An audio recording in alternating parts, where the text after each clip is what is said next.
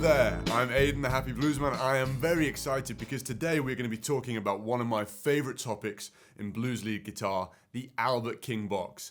Now, as the name suggests, this is a box that Albert King used a lot in his playing, and it really defines the sound of his lead guitar. It appears in all of his solos pretty much, and it's really a core part of his sound. Later on, Stevie Ray Vaughan, who's heavily influenced by Albert King, used the same box shape in his own playing. So, if you're a big fan of these players and want to recreate their sort of sound and vibe in your own solos, learning the Albert King box is a brilliant way to do that. Even if those players are not your favorite blues guitarists, learning the Albert King box will help you to create a whole range of interesting and sort of expressive vocal blues lead guitar lines in a very small and compact shape.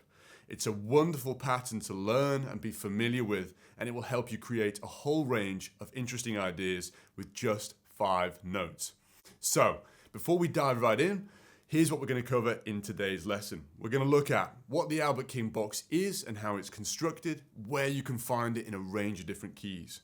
I'm going to show you how to play the Albert King box and how you can manipulate the notes in that box to create a whole range of interesting licks. We're going to dip into a little theory and cover the intervals of the box and what's going on there and why that makes the Albert King box so interesting. And we're going to run through 3 different ways that you can practically use the box in your solos to create a range of different ideas. So, let's get into it. First things first, what is the Albert King box? Now, often these little box shapes that we refer to in the blues are nothing more than sort of selected notes from a broader scale. And that is exactly what's going on here. The Albert King box is simply 5 notes taken from the second shape of the pentatonic scale. Now, in that opening solo, I was playing in the key of A. And all of the examples in this lesson are going to be in A. So, if we take that second shape of the A minor pentatonic scale, it looks like this.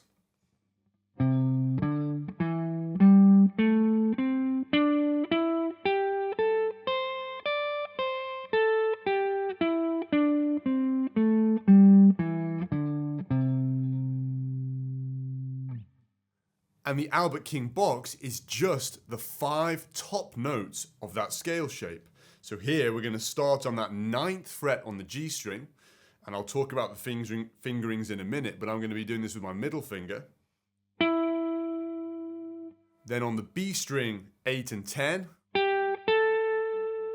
and then 8 and 10 on the E string.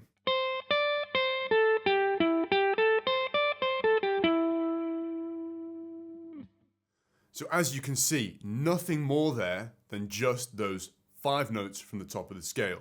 Now, I altered the fingering, so when I was playing the full scale shape, I was using my ring finger or my 3rd finger there on that 9th fret, and then the first and the 3rd fingers on the B and the E.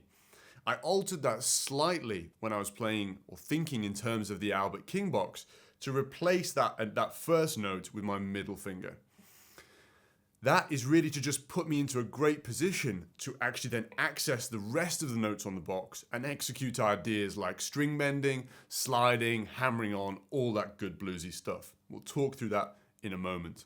Now, as I mentioned, everything here is in the key of A, but this is a movable box shape. So if you're comfortable playing in different keys, all you need to do is take those 5 notes and shift them up or down the neck accordingly. So if we're in the key of G, you'd shift that down 2 frets and you'd play the box like this. If we're in the key of B, you'd shift that up 2 frets and you'd play like this. And so on. So by learning how to play this box shape and get comfortable with it, you can shift this idea into a whole range of different keys and a whole range of different musical contexts. Now though, let's look at creating some of those ideas and why the Albert King box is so killer. So we start with that sort of initial launch note in this case on the 9th fret on the G string. Not a lot that we can do with that note, to be honest, in my opinion. It makes a great note to start phrases and a great note to resolve phrases on, and I'll talk a little bit more about why that's the case later on in the lesson. But that's just sort of a note to hit to get you into the bread and butter of the phrase. On the B string, things start to open up for us a little bit more. This 10th fret on the B string, which we're playing with our third finger, is the tonic note. In this case, the note of A. So that's going to be a note that you're going to want to hit to resolve your phrases. And if you watch back the video and the solo that I played at the beginning of this lesson, you'll see that I'm often hitting that note as a way of bringing my phrases to a close.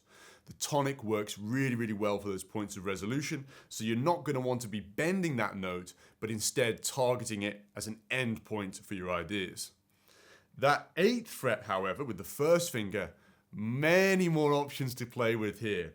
So one of the big sort of benefits of this Albert King box shape is that you can bend the notes on this side of the box. So you can get some first finger bends going. And you can really sort of play around with that idea. You can just kind of hit a little bluesy curl for a little pop of tension. Or if you have the sort of strength and dexterity, you can push that higher and bend up into the tonic. Really, really cool idea. And you can do that all within that compact box. Likewise, and as you might imagine, you can do hammer-ons, you can do pull-offs, and slides between the two notes. The E string looks very, very similar, but here both notes offer opportunity for bending, hammering on, pull-offs, all that really good stuff. So again, with that 8th fret with the first finger, we can execute many of the ideas that you've just seen there on the B string. You can do a little bluesy curl with that first finger. And if you have the strength and dexterity and there's more tension on the E string, so it's a little bit spicier to make this happen, you can push that all the way up to the 10th fret. It's quite challenging to do that, but it's a wonderful way of building strength and dexterity in the first finger, and having that option to be able to execute bends with that finger all over the fretboard, not just in the Albert King box, is a really essential skill for your blues lead guitar playing. Now, when it comes to that 10th fret on the E string, we're not dealing with a tonic note anymore. So we can bend this,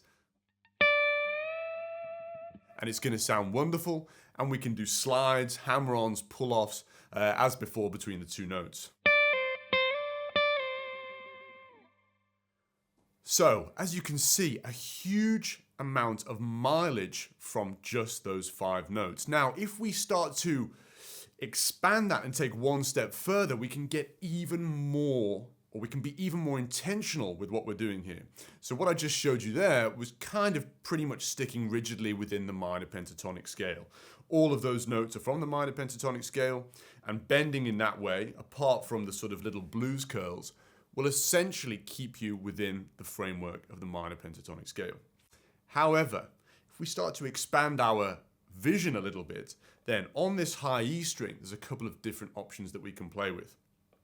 This note here at the 9th fret is from the major pentatonic scale. So we can start to think about adding that note into the mix to create a different sound. And this note here at the 11th fret on the E string is from the blues scale. It's the blue note, which is a very tense and dissonant note, which has quite a sort of spicy, on the edge kind of sound like this.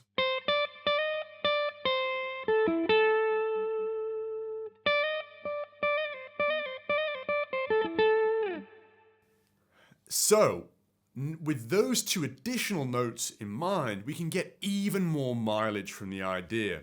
How can we do that? Well, we can bend that first finger up a semitone now, or a half step, moving from the 8th fret to the 9th, to sort of move from the minor into the major sound. If we put our middle finger on that 9th fret, then we can bend that as well, moving from the major to the minor sound. And we can sort of stack all of those bends together. So you can create some very fluid movements from major to minor to major, major to minor, and sort of put them all together. And later on in the lesson, I'll talk about how we can really drill into that idea to create some very cool SRV Albert King lines. Similarly, on that 10th fret, we now have two options because we can bend up a whole step to the 12th fret, which is going to keep us in the minor pentatonic framework, or we can just push up a half step to that blue note.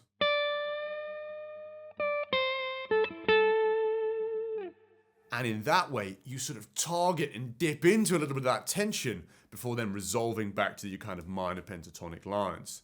Now, what makes the Albert King box so sort of incredible as a little pattern or box shape to learn is that you've got all of these notes in a very compact area, but the way that they're stacked is interesting.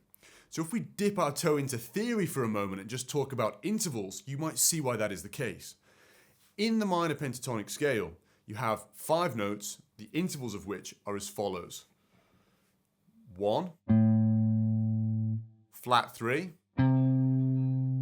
4, 5, flat 7, and then to the octave, or the 1. Now, the Albert King box contains all of those 5 notes from the minor pentatonic scale, but they're stacked in a different order because you're starting on a different note. So here, we start on the 5, then we go to the flat 7, then the 1 or the tonic, then the flat 3, then the 4.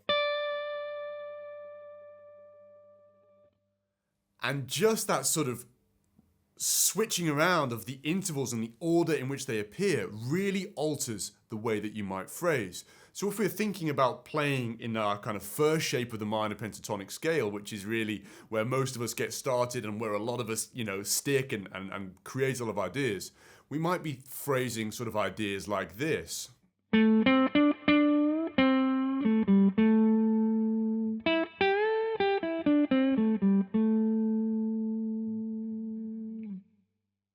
And there, because of the order of the intervals and the way they're structured, all of those licks are returning back to the tonic note. And I'm moving across the scale sort of in a linear way, moving from the tonic, then to the flat third, the fourth, the fifth, and so on. In the Albert King box, that's twisted around because I'm starting on the fifth. That's the kind of launch pad into the box.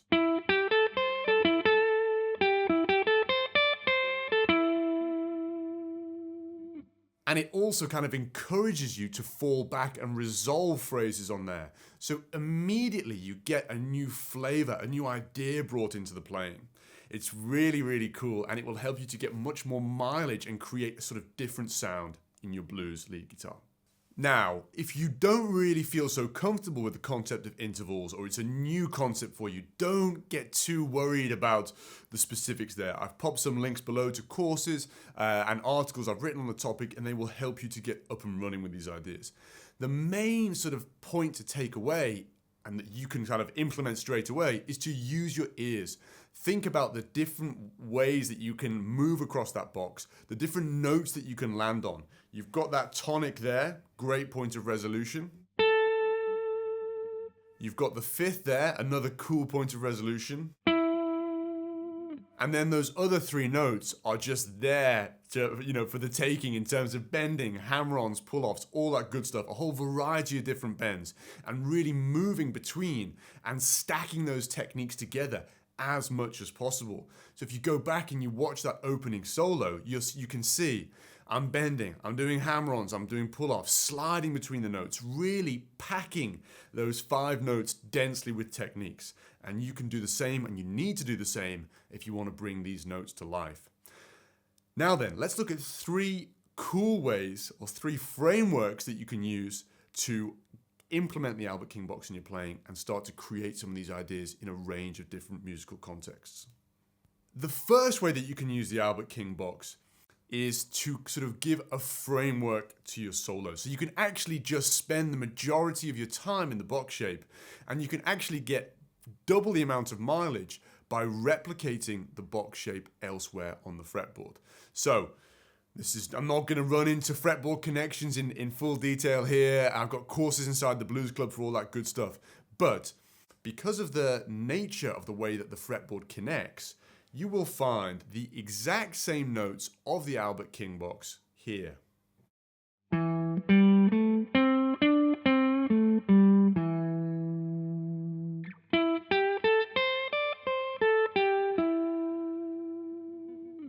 And actually, you'll also find them up here as well.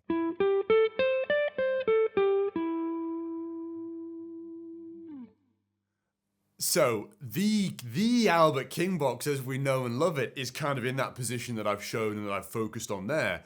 But those intervals and those notes and those note groupings appear elsewhere. And what you can do is you can structure your solos around that to navigate into different positions, whilst sort of doing so with the comfort of that Albert King box shape.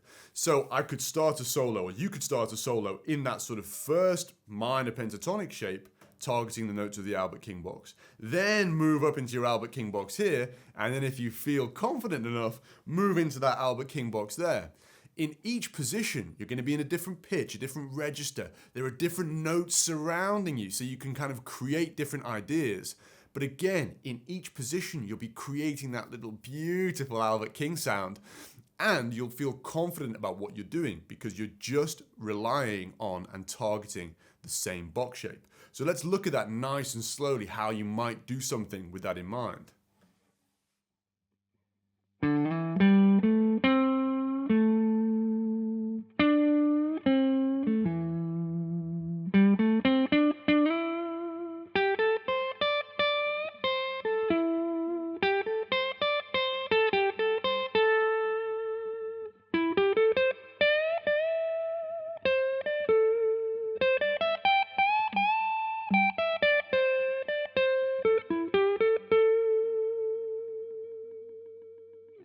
So, even though I was playing basically the same box shape, the same notes in 3 different positions, hopefully you weren't hearing that. You weren't hearing, oh, the guy's just repeating the same ideas.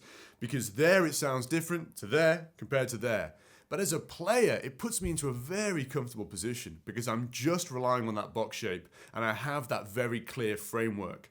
Create some ideas here, move to the next position, create some cool ideas there, move to the next position, create some cool ideas there. And not only will that give you a bit of that lovely Albert King magic, it will also give you a very clear and coherent structure in your solos. So, step number 1, give that a go. The second way that you can use the Albert King box is to move and create very cool movements between the adjacent minor pentatonic shapes. So as I said before, the Albert King box is nothing more than the top 5 notes from the second minor pentatonic shape. Well, that means that you've then got the notes from the first minor pentatonic shape here,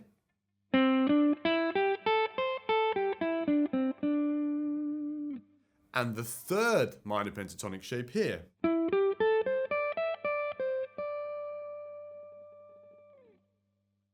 And the Albert King box is nestled beautifully in the middle of those 2 shapes. So all you need to do is do a little slide, a bend, a hammer on, combine all these cool ideas, and you can move into and out of the Albert King box shape in a very, very sort of smooth and musical way. Played slowly, just a few examples of that could be like this.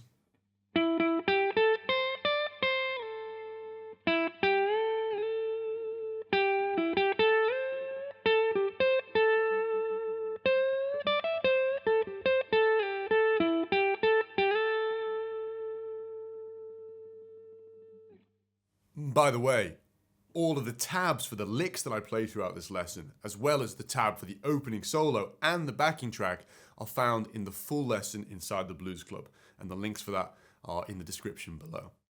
But hopefully the idea there is quite clear. You've got the Albert King box straddling the sort of the G, the B and the E strings. You've got these notes on the adjacent shapes right there. And if you get inventive with all those techniques, slides, hammer-ons, bends, and combining them all across those 3 strings, going both up and down, you have limitless combinations for cool licks and ideas.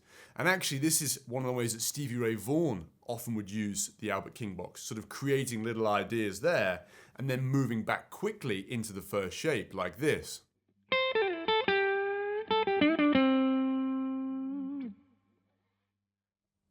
So a really nice little sharp movement that moves you there from the Albert King box back into that first minor pentatonic shape. Just one example, and actually that's one of the bonus licks found inside the Blues Club, but it shows you how dynamic you can be with these little movements between shapes.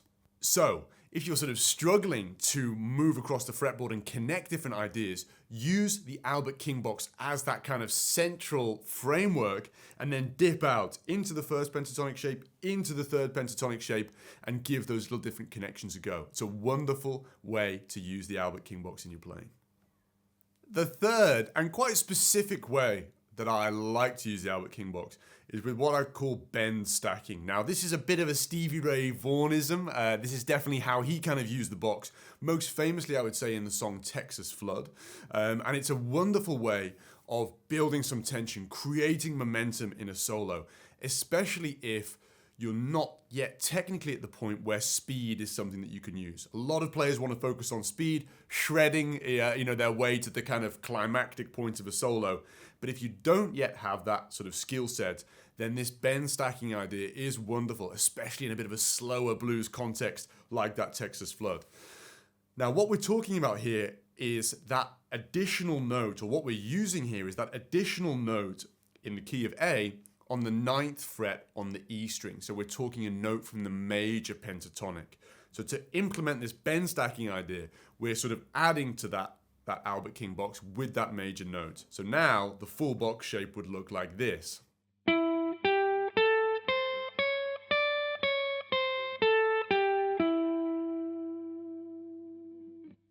So what you've got on that high E string is 3 notes in a row, all of which can be bent, and all of which can be bent at different pitches to create a range of different ideas and move you from the minor pentatonic to the major pentatonic to the minor pentatonic, and then you can also target that little cheeky blue note from the blues scale at that 11th fret.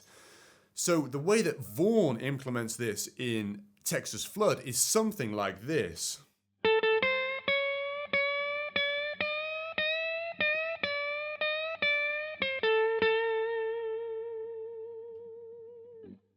So what you're just doing there is you're kind of walking up and down those 3 notes, hitting the different bends and just playing and being playful with the kind of different tones and pitches there.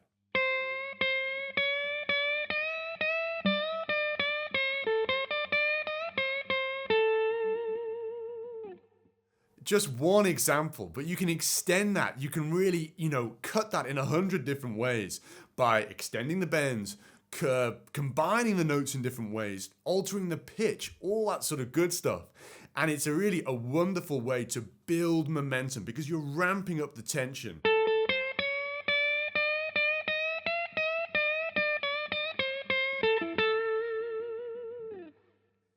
And then, because of the compact nature of the box shape, you've got the tonic note right there to resolve to. So you create that tension, build, and then you resolve it on that tonic note. Just absolutely beautiful. So it's a very specific way, but a very cool way of using that box shape. Now, one important thing to mention, and that brings me on to the sort of final part of this lesson, which is a few do's and don'ts of the Albert King box, is if you're going to add in that major note, you need to be playing in a major blues context. You don't want to be playing over a minor blues chord progression because you are going to be creating a little spicy sound, an even spicier sound, by targeting that note from the major pentatonic. Otherwise, the Albert King box is super sort of user-friendly because you can use it in a minor blues context and a major blues context. So that's the sort of first kind of rule or just thing to consider when using the box. Beyond that, I have 2 big pieces of advice that are super important, so please listen to them and take them on board because they will alter the way that you use the box and the success that you have with it. Number 1, technique is absolutely fundamental here. Albert King is the king of bending. He still is the king of bending. His bends are so good. He gets so inventive with his use of them. He kind of hits them with power. He slows them down. He speeds them up. He stacks them together in interesting ways. Even without that additional note from the major pentatonic, you can stack bends in a load of interesting ways by just playing them together.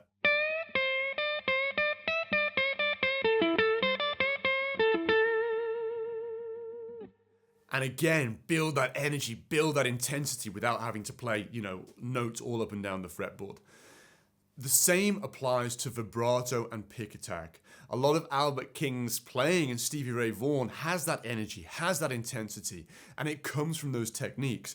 If you play the box shape, even if you navigate across it in interesting ways, but you're not adding that little bit of spicy vibrato, you're not digging in with the pick, then it will sound a little stale and lifeless, like this.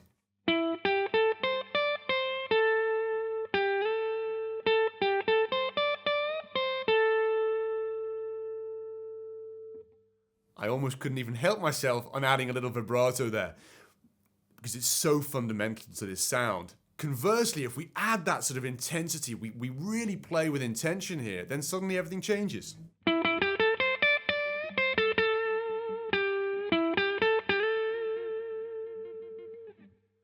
So dig in, don't be afraid to make the notes sing. It will really alter your success with the box. Second key piece of advice is get experimental with how to move across the box, how to combine the notes, how to target them with different techniques, and apply the same granular focus to those various different points. Bend stacking, moving into the first shape, moving into the second shape. It might just be 5 notes, but there are so many interesting ways that you can cross the box shape and combine the notes together. If you spend 10 minutes on this and just go, oh, okay, Albert King box, cool, then you will just have those 5 notes and it will do very little to alter your playing or your soloing. But if you spend some time and really focus on this, how can I move across this box? How can I bring those notes to life? How can I create 4, 5, 6 different ways of packing these notes together? You will get so much mileage from the box. You'll create those wonderful Albert King vibes. You'll create those wonderful Stevie Ray Vaughan vibes. And those 5 notes will change your blues guitar playing, I promise you. Now, that brings this lesson to an end. If you want to get the scale diagrams, all of the tabs that you find here, the backing track, the intro solo, and you want to ask me questions on a one-to-one basis about this stuff, hit the link below, join the Blues Club, and you can access all of this stuff straight away. Otherwise, good luck with this, guys, and I will see you soon.